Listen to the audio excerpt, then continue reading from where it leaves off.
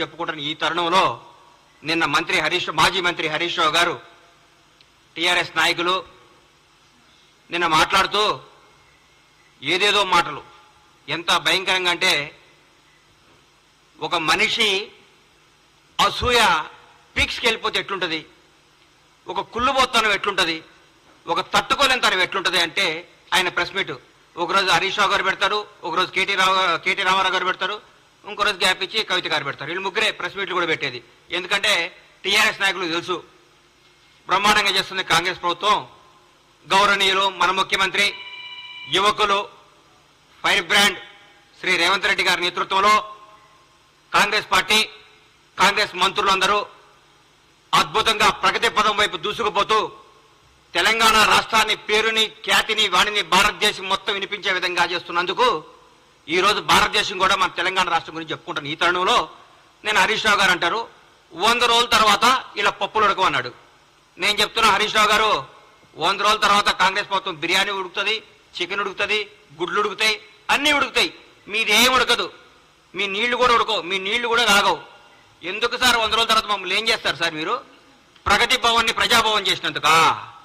మీ ప్రగతి భవన్లో ఉన్న 100 గడీలు 5-6 పెద్ద పెద్ద బిల్డింగ్లు విడగొట్టి అందరికి అందుబాటులో తీసుకొచ్చినందుకా? ఒక దళిత ఉప ముఖ్యమంత్రిని తీసుకొచ్చి అందులో పెట్టినందుకా? ఎందుకు సార్ మీరు చేసేది? నియంతృత్వ పాలనకు పాతరేసి ప్రజాపాలన తీసుకొచ్చినందుకా? మరి మహిళలందరికీ ఫ్రీగా బస్సులు ఇచ్చాం, ఫ్రీ బస్ టికెట్. 8 కోట్ల పైచీలకు ప్రయాణించారు మహిళలు. మాటల విషయం కాదు ఇది.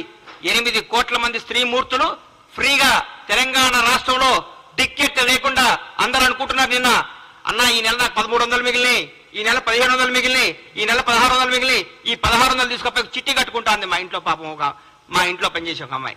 నాకు చాలా ఆనందం అనిపించింది. ఇది ప్రజాపాలన అంటే, ఇది ప్రజా ప్రభుత్వం అంటే. 10 లక్షల రూపాయలు మేము ఆరోగ్య బీమా కింద పంపించినందుక మీరు ఏం చేస్తారు సార్? మేము ఏ నిరంకుత్వం లేకుండా, ఏ రికమెండేషన్ లేకుండా నీతిగల నిజాయితీ గారి పరిపాలన అందిస్తున్నందుక, నీతిగల నాయకుల్ని మంచి మంచి ఉద్యోగాలు నియమించినందుక ఏ ఫీలింగ్ లేవు. సమాజం ప్రతి ఒక్క కమ్యూనిటీని తీసుకొని నీతివంతమైన అధికారులంతా నియమించి ముందుకు తీసుకుపోతున్నారు ముఖ్యమంత్రి గారికి రేవంత్ రెడ్డి గారు. మీరు దీనికా సార్ ఎందుకు కుళ్ళుకుంటున్నారు సార్? మీరు నాకు అర్థం కావట్లేదు. కాళేశ్వరం మొత్తం మీ మేడిగడ్డ కాళేశ్వరం అవినీతి మొత్తం మా వాళ్ళు ఎంక్వైరీ చేస్తున్నందుక సార్ మీరు? మా మంత్రులందరూ మా ముఖ్యమంత్రి గారితో పాటు కొలీగ్స్ అంటే అది బ్యూటీ ఆఫ్ డెమోక్రసీ అంటే చూపిస్తున్నాం కాంగ్రెస్ ప్రభుత్వం.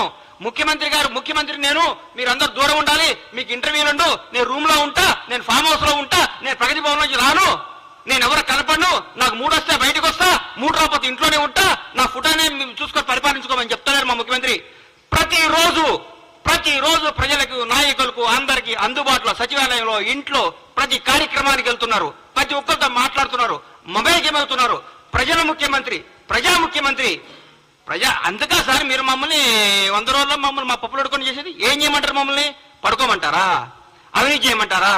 మీ దగ్గర ఒక మంత్రి ప్రెస్ మీట్ పెట్టాలంటే మీ దగ్గర పర్మిషన్ తీసుకోవాలి. మీ దగ్గర ఒక ఎమ్మెల్యే మాట్లాడాలంటే మీతో నోటు పెట్టాలి ముందు. మీకు సార్ అని ఇట్లా నోటు చేస్తున్నా, దయచేసి పర్మిషన్ పెట్టొచ్చా అని మీరు మీ సారో ఎవరో చెప్తే అప్పుడు ఒప్పుకోవాలి. మీరు అది పెట్టలేదు. ఈ గత 10 ఏళ్లలో మీరు ఎంతమంది మంత్రులు ప్రెస్ మీట్ పెట్టారు? ఎంతమంది మీరు వచ్చి ఢిల్లీకి వచ్చి కార్యక్రమాలు చేశారు? నేను అంటారు ఈ పార్లమెంట్ లో కంపల్సరీ